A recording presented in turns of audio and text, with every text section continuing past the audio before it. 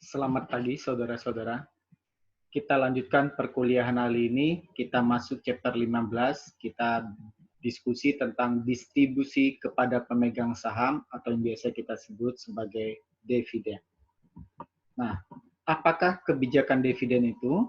Tentu terkait dengan keputusan perusahaan untuk membayarkan sebagian laba yang diperolehnya. Nah, tujuannya adalah untuk reinvestasi atau menginvestasikan kembali uang perusahaan. Nah, ada beberapa kebijakan dividen yang akan kita bahas. Apakah perusahaan harus membayar dividen itu tinggi atau rendah, dividen payout-nya?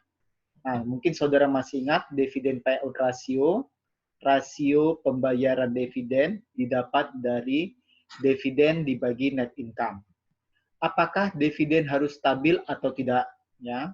Seberapa sering membayar dividen dan kapan waktu mengumumkan kebijakan dividen tersebut? Itu merupakan kebijakan dividen perusahaan. Nah, sebelumnya kita akan masuk kepada beberapa teori tentang dividen. Kita mulai dari irrelevant yang dikemukakan oleh Modigliani Miller, kemudian nanti ada bird in hand. Bird itu burung, in hand di tangan, berarti burung di tangan. Kemudian ada teori terkait pajak, kemudian signaling, dan residual teori. Nah, kita lihat teori irrelevant, dividen irrelevant, yang dikemukakan oleh Modigliani Miller.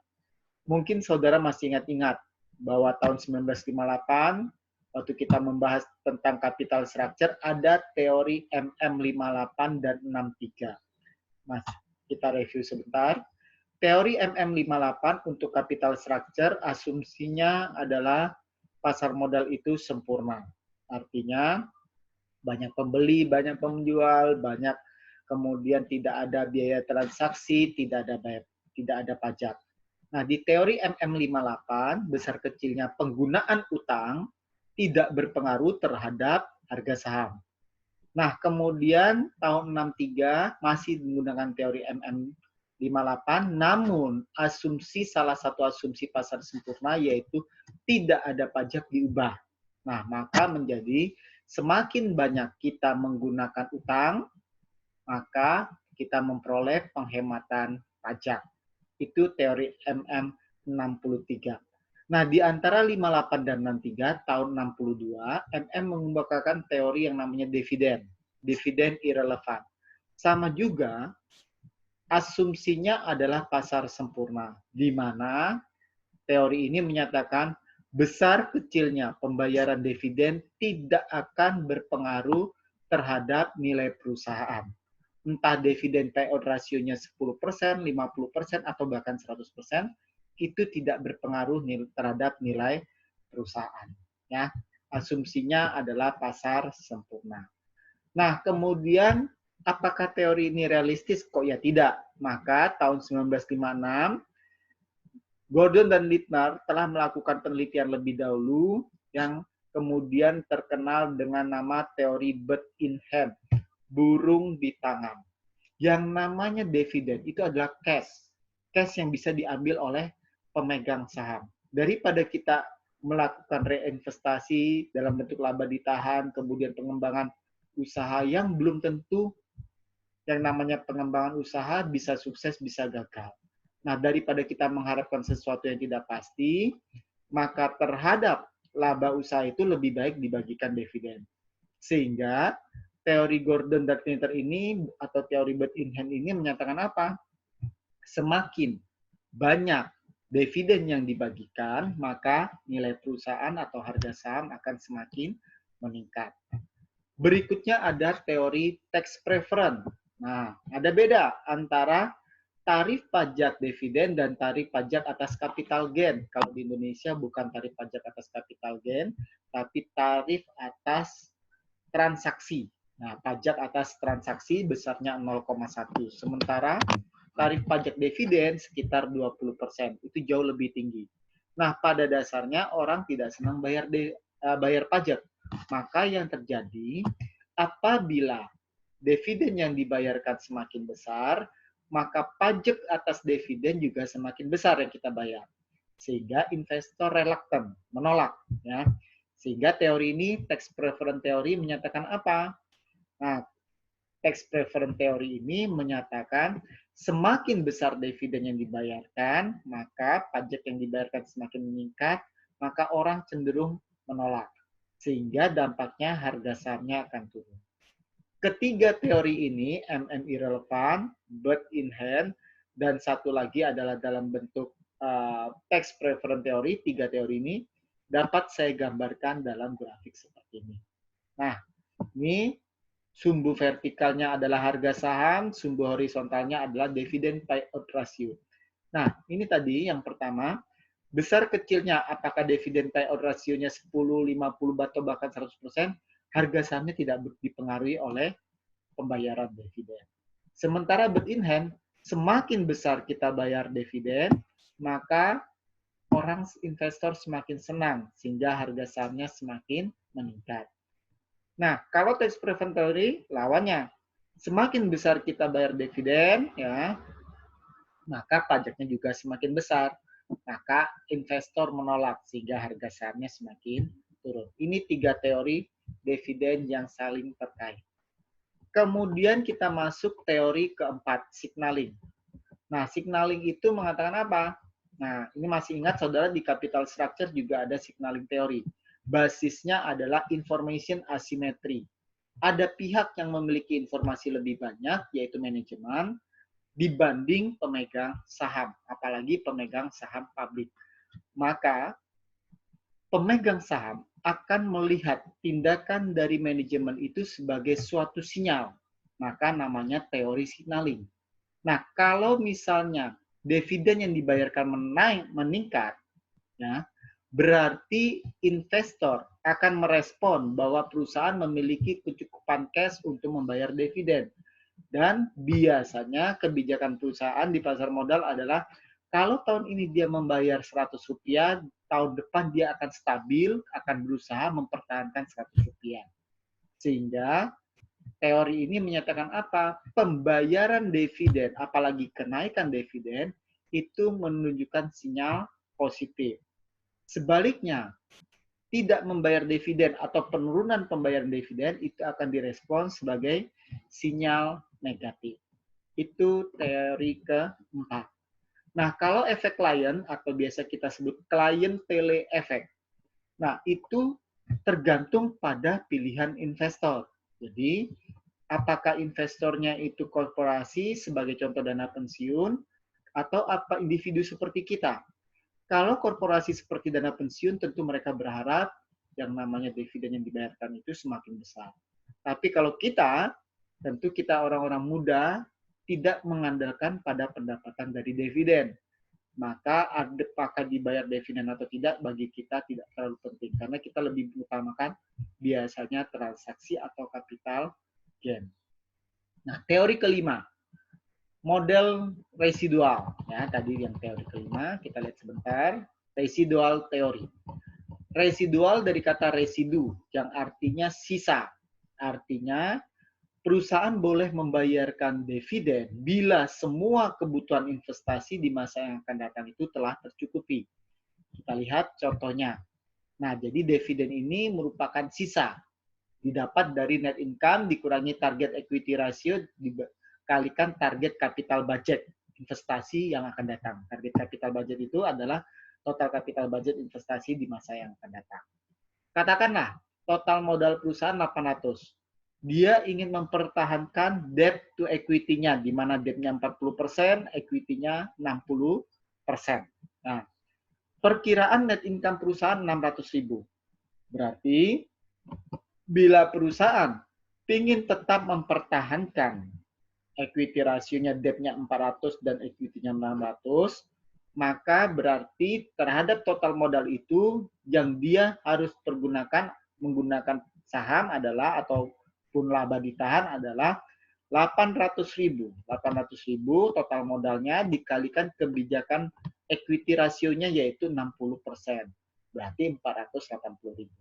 Kalau sekarang perusahaan net income-nya 600.000, nah kemudian kebutuhan investasinya 800.000 di masa yang akan datang itu di mana 480-nya diperoleh melalui laba ditahan, maka yang bisa dibagikan dividen adalah 600.000 dikurangi 480.000 sama dengan 120.000. Itu kalau net income-nya 600.000 dan kita ingin mempertahankan equity rasionya 60% dari total kebutuhan investasi kita. Terus bagaimana kalau misalnya net income-nya ternyata turun jadi 400.000? Padahal tadi kebutuhan investasi kita untuk mempertahankan rasio 0,6 ini adalah 480.000. Berarti minus 80.000. Berarti kita tidak boleh membagikan dividen. Nah, kemudian bagaimana kalau net income kita 800.000? Berarti 800.000 tetap dikurangi 480 sama dengan 320. Berapa persen pembayaran dividen payout rasionya? Dalam kasus pertama tadi, 120.000 dibagikan 600, net income-nya ketemu angka 20%. Tapi dalam kasus kedua, karena kita tidak membagikan dividen, maka 0%. Bagaimana dalam kasus ketiga? Berarti dividennya 320 dibagi net income 800, berarti dividen payout rasionya sama dengan 40%. Itu yang kita sebut residual teori. Jadi dividen akan dibagikan bila semua kebutuhan pendanaan, kebutuhan investasi di masa yang akan datang telah terpenuhi dengan mempertahankan equity ratio. Nah, kita lanjut. Bagaimana perubahan peluang investasi akan mempengaruhi dividen? Nah, melihat investasi baik yang sedikit akan menyebabkan anggaran modal yang lebih kecil. Nah, tentu kalau anggaran modalnya lebih kecil, maka pembayaran dividennya lebih besar. Namun, apabila peluang investasi itu begitu banyak, akan mendorong pembayaran dividennya lebih rendah. Tentu itu hal yang sangat logis. Nah, kemudian beberapa hal tentang kebijakan dividen residual, tentu keuntungannya adalah meminimalkan masalah penerbitan saham baru. Karena kalau kita menerbitkan saham baru, ada yang namanya biaya flotation. Minggu lalu kita telah pelajari. Kekurangannya adalah dividennya tidak bisa stabil. Tentu tiap tahun bervariasi. Tentu ini sinyal yang kalau naik sinyal positif, kalau turun adalah sinyal negatif. Nah, tentu dapat meningkatkan risiko. Nah, terutama risiko bagi investor. Tidak menarik bagi setiap klien tertentu yang memang berharap dividennya adalah stabil. Oke. Nah, kemudian kita juga mengenal ada istilah reinvestment plan, rencana reinvestasi dividen. Apa itu? Di mana terhadap laba perusahaan, laba tersebut dibagikan dalam bentuk dividen, tetapi dividennya itu diinvestasikan kembali pada saham perusahaan. Nah, saham sendiri ada yang saham yang kita beli di pasar terbuka atau saham yang memang khusus kita terbitkan baru. Nah, kalau kita beli di pasar terbuka, maka setiap laba, katakanlah 100 miliar, 40%-nya dibagikan dalam bentuk dividen, berarti 40 miliar. Nah, 40 miliar itu akan dipergunakan untuk membelikan saham yang ada di market. Itu terkait dengan dividen reinvestment plan dengan membeli di pasar terbuka. Bisa juga perusahaan 40%-nya itu diterbitkan saham baru. Ya.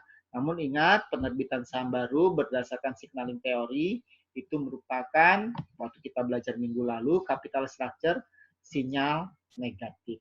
Ya. Nah, terus terkait dengan pengaturan kebijakan dividen. Nah, biasanya perusahaan memperkirakan berapa kebutuhan modalnya selama 5 tahun. Kemudian menetapkan berapa target debt rasionya. Nah, itu bicara tentang struktur modal. Terus memperkirakan kebutuhan ekuitas tahunan. Dari situ kita bisa menentukan berapa besar dividen yang kita bagikan.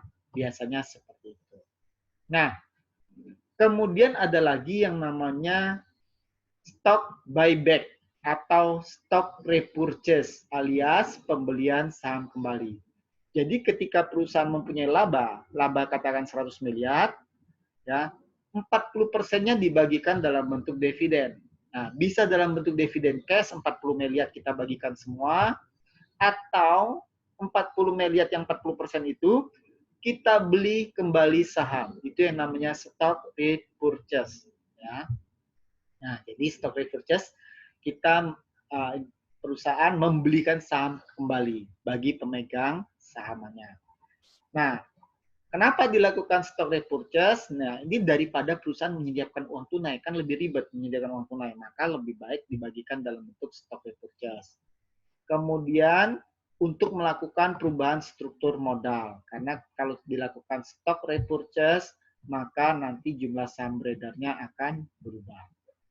Keuntungan melakukan stock repurchase, pertama, pemegang saham dapat tender atau tidak. Ya. Kemudian yang kedua, membantu menghindari penetapan dividen yang tinggi. Ingat, kalau dividen tadi saya bilang Rp100, maka tahun depan minimal Rp100. Kalau kurang dari Rp100, berdasarkan teori signaling, itu akan disinyal sebagai sinyal negatif. Terus saham yang dibeli kembali dapat digunakan untuk dijual kembali bila suatu saat membutuhkan. Nah, berikutnya, keuntungan berikutnya adalah penghasilan yang diterima dari pembelian saham kembali, maka nanti capital gain-nya akan lebih tinggi ketimbang dari pajak atas dividen. Ya, kalau kita dibagikan dividen, pajaknya lebih besar. Pemegang saham dapat mengambil sebagai sinyal positif. Kalau misalnya perusahaan melakukan stock repurchase, berarti perusahaan berpikir bahwa saham perusahaan itu mengalami under value. Oke. Kekurangannya apa? Dapat pula dianggap sebagai sinyal negatif. Artinya perusahaan ini tidak memiliki peluang investasi ke depannya, sehingga dia melakukan pembelian kembali. Kemudian pengawas bisa memberikan hukuman jika pembelian kembali, terutama untuk menghindari pajak atas dividen. Walaupun dalam beberapa kasus di Indonesia jarang. Penjualan mungkin tidak memberitahukan pemegang saham dan baik, maka akan diperlakukan tidak adil. Kemudian perusahaan mungkin harus menawar sampai harga terendah untuk menyelesaikan pembelian, sehingga membayar terlalu banyak untuk saham sendiri. Ya. Nah, kemudian perusahaan tema berikutnya adalah terkait dengan stock split. Kalau dividen saham, berarti kita membagikan dividen dalam bentuk saham. Kalau 10%, artinya apa? Selama ini kita perusahaan ada 100 saham. Saya punya 100 saham perusahaan. Kalau dilakukan stok dividen 10%, berarti saya akan mendapatkan 10 saham dari setiap 100 saham yang dimiliki. Tentu akibatnya jumlah saham beredar akan bertambah. Stock split, berarti pemecahan saham. Tujuannya apa? Karena mungkin harga sahamnya sudah terlampau tinggi. Nah, kalau harga saham sudah terlampau tinggi, katakan 60.000, maka untuk membeli satu lot saja, satu lot itu 100 lembar. Berarti kalau untuk membeli saham perusahaan yang harga sahamnya sudah 60.000, saya butuh 60.000 kalikan 100. Ya. Berarti sekitar 6 juta rupiah. Tentu tidak banyak orang yang bisa membeli investasi seperti ini, saham perusahaan ini. Karena harganya terlalu mahal, apalagi investor pemula yang setoran awalnya mungkin cuma di bawah 5 juta. Tentu dia tidak bisa membeli saham perusahaan ini. Maka bisa saja dilakukan stock split. Nah, katakan tadi harganya 60.000, saya punya satu lot saham, harganya 60.000, berarti total investasi saya 6 juta.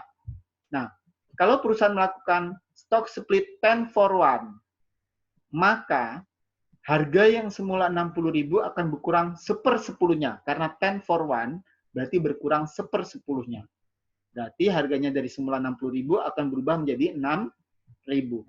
Tapi lot yang saya miliki, quantity yang saya miliki, semula saya punya satu lot, saya akan bertambah sebanyak 10 kalinya. 10 for 1. Berarti total kekayaan saya berapa sekarang? Saya punya 10 lot saham alias 1.000 lembar dengan harga 6.000 rupiah. Total saya investasi saya tetap 6 juta rupiah. Itu stock split. Oke. Nah, keduanya baik dividen saham ataupun stock split akan meningkatkan jumlah saham yang beredar. Tentu kalau meningkat jumlah saham beredar akan bertambah pada EPS. Earning per share-nya juga akan semakin turun. Ya. Tidak seperti dividen saham atau stock split yang menyampaikan informasi atau disertai dengan informasi lain seperti dividen yang lebih tinggi, harga saham jatuh sehingga tetap kekayaan masing-masing investor tidak berubah. Tadi yang saya contohkan, Dari 60.000 saya punya satu lot, kemudian 10 for 1, harganya berubah jadi 6.000, namun saya sekarang mempunyai 10 lot. Kekayaan saya tetap 6 juta. Ya. Nah, kapan dan mengapa suatu perusahaan harus mempertimbangkan stock split? Kalau harganya sudah terlalu mahal. Nah, kalau harganya sudah terlalu mahal, harga sahamnya perusahaan ini tidak liquid sahamnya di market karena tidak semua orang bisa beli. Nah, stock split umumnya terjadi ketika manajemen yakin sehingga dia ditafsirkan sebagai sinyal positif. Nah, biasanya perusahaan yang stock split tadi dari 60.000, 10 for 1 jadi 6.000, dia nanti akan naik lagi, merangkak lagi 7.000, 8.000, terus lagi ke atas stock split lagi. Itu contohnya terjadi di Indonesia di perusahaan Unilever Indonesia. Oke. Nah, terakhir, tanggal-tanggal penting terkait dengan pengumuman dividen. Yang pertama adalah declaration date. Declaration date ini adalah tanggal di mana perusahaan mengumumkan kepada publik bahwa perusahaan akan membagikan dividen dengan tanggal-tanggal cum dividennya sekian, ex dividen, holder, payment date-nya sekian. Nah, sekarang kita lihat, apa itu cum dividend date? Cum dividend date adalah tanggal transaksi terakhir dengan hak atas dividen. Katakan tanggal cum dividend date-nya tanggal 15. Maka kalau kita beli tanggal 15, maka kita berhak atas dividen. Ex dividend date adalah sehari setelah cum dividend date. Jadi kalau tadi cum dividendnya 15, maka ex dividend date-nya 16. Apa itu ex dividend date? Ex dividend date adalah tanggal transaksi awal tanpa hak atas dividen. Jadi kalau saya belinya di tanggal 15, saya dapat dividen karena itu cum dividend date. Tapi kalau saya beli sahamnya tanggal 16, tetap boleh. Namun, saya tidak lagi berhak atas dividen. Siapa yang berhak atas dividen? Yaitu si penjual. Holder of record date adalah berisi daftar nama yang disetorkan kepada OJK, kepada Bursa Efek Indonesia, siapa-siapa yang berhak atas dividen perusahaan. Payment date adalah tanggal transfer oleh perusahaan ke rekening individu-individu tersebut. Berapa dividen yang mereka terima. Oke. Berarti sekian presentasi kita hari ini tentang kebijakan dividen. Selamat pagi.